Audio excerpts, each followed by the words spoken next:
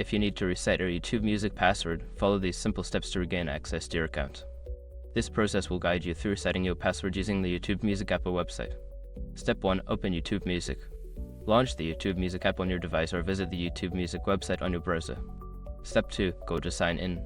If you are not already signed in, click on the Sign In button. This will take you to the login page where you can enter your credentials. Step 3. Click on Forgot Password. On the login page, look for the Forgot Password link and click on it. This will initiate the password recovery process. Step 4. Enter your email. You will be prompted to enter the email address associated with your YouTube Music account. Type in your email and click Next to receive further instructions.